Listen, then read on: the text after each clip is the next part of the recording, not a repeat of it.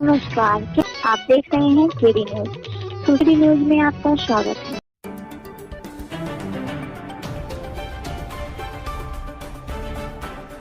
लखनऊ वाराणसी राष्ट्रीय राजमार्ग स्थित रवानिया पश्चिम में शुक्रवार को एक मेडिकल स्टोर पर ड्रग टीम ने छापा मार दिया। खबर सुल्तानपुर जनपद से है। ड्रग टीम के छापे से दवाओं के अवैध कारोबारियों में हड़कंप मच गया। ड्रग्स इंस्पेक्टर अनीता कुरील ने बताया कि अवैध रूप से मेडिकल स्टोर चल रहा था, इसकी सीज करने की कार्यवाही की जा रही है। दरअसल ये मामला बंधुआ कला थाना क्षेत्र के अंतर्गत राष्ट्रीय राजमार्ग पर रवानिया पश्चिम स्थित मिर्जा मेडिकल स्टोर का है, जहां छापा मारा गया। औषध निरीक्षक सुल्तानपुर अनीता कुरील ने बताया कि रवानिया पश्चिम में शिकायत मिल रही थी कि बिना लाइसेंस के मेडिकल स्टोर चल रहा है, वो भी टीन शेड में, जो मानक के विपरीत है। मैंने सहायक आयुक्त अयोध्या मंडल को अवगत कराया।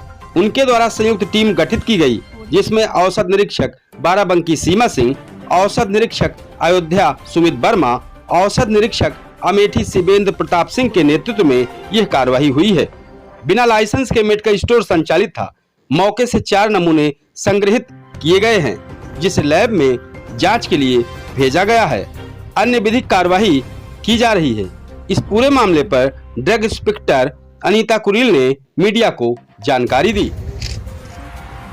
मैम, किस तरह के छापेमारी था, क्या है ये शिकायत प्राप्त हुई थी कि रवानिया पश्चिम में बिना लाइसेंस का मेडिकल स्टोर चल रहा है, वो भी टीन शेड में, जो कि कोई मानक नहीं है।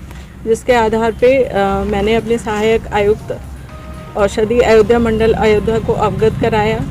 सर के द्वारा एक संयुक्त टीम गठित की गई, जिसमें औषधि निरीक्षक बाराबंकी श्रीमती सीमा वर्मा, मैं औषधि निरीक्षक सीमा सिंह, मैं औषधि निरीक्षक सुल्तानपुर अनीता कुरील, श्री सुमित वर्मा औषधि निरीक्षक अयोध्या एवं शिवेंद्र प्रताप सिंह औषधि निरीक्षक अमेठी, सहायक आयुक्त औषधि श्री जीसी श्रीवास्तव के नेतृत्व में ये कार्रवाई हुई है। ये बिना लाइसेंस का मेडिकल स्टोर संचालित पाया गया और यहाँ पे लगभग 1,80,000 की दवाएं सीज की गई।